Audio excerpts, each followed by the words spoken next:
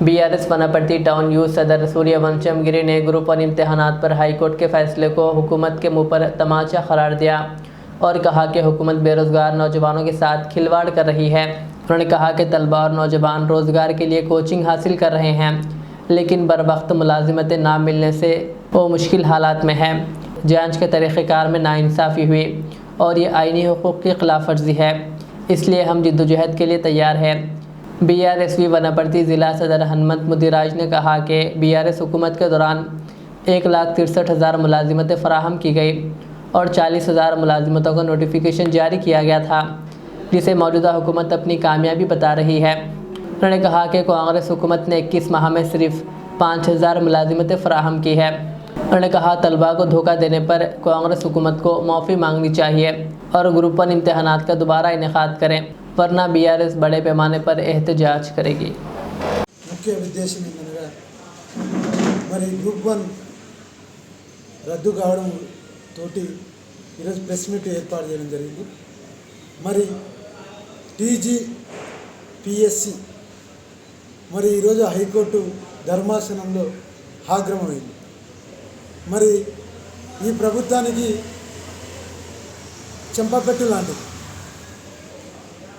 Group 1 పేద విద్యార్థులు వారి యొక్క జీవితాలను చిలగాటమాడుతూ ప్రభుత్వం అదేవిధంగా మరి వేల రూపాయలతోటి కోచింగ్ సెంటర్లలో నిరంతరం కష్టపడుతూ వారి యొక్క ఆశలను రొమ్మయి జరగడం జరిగింది।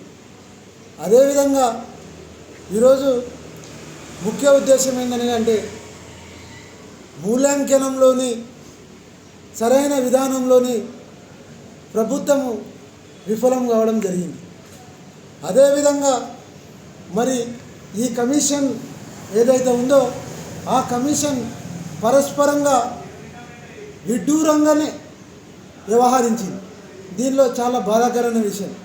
అయితే మాధ్యమాలలో మరి నిపుణులు కూడా వారు మూల్యాంకన విధానంలోని ఒకే రీతిలో కూడా జరగలేదు। ఎందుకంటే వారికి మరి దానిపైన అవగాహన ఉందా లేదా ప్రభుత్వానికే తెలిసి ఉండాలి। ఇంకో విషయం ఏంటంటే మరి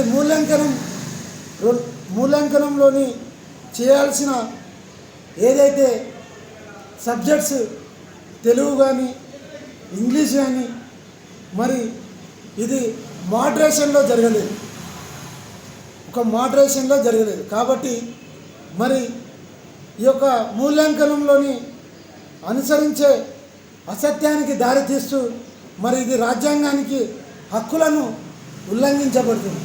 కాబట్టి ప్రభుత్వం ఇప్పటికైనా కళ్ళు తెరిచి మరి నిరుద్యోగుల జీవితాలతోటి చెలగాటం ఆడడం ఇది కరెక్టమైన విధానం కాదు। మీ విధానం శైలిని మార్చుకోకపోతే యావత్ విద్యార్థి లోకం కూడా మరి నిరుద్యోగుల పక్షాన నిలబడి వాళ్ళకు రావాల్సిన ఉద్యోగాలు కూడా వచ్చే వరకు కూడా వారి వెంబడి నిరంతరం పోరాటం చేస్తూ మనం కంకణంబద్ధులై మరి మేము సిద్ధంగా ఉంటామని ఈ ప్రెస్ మీట్ ద్వారా మీకు తెలియజేస్తున్నాం।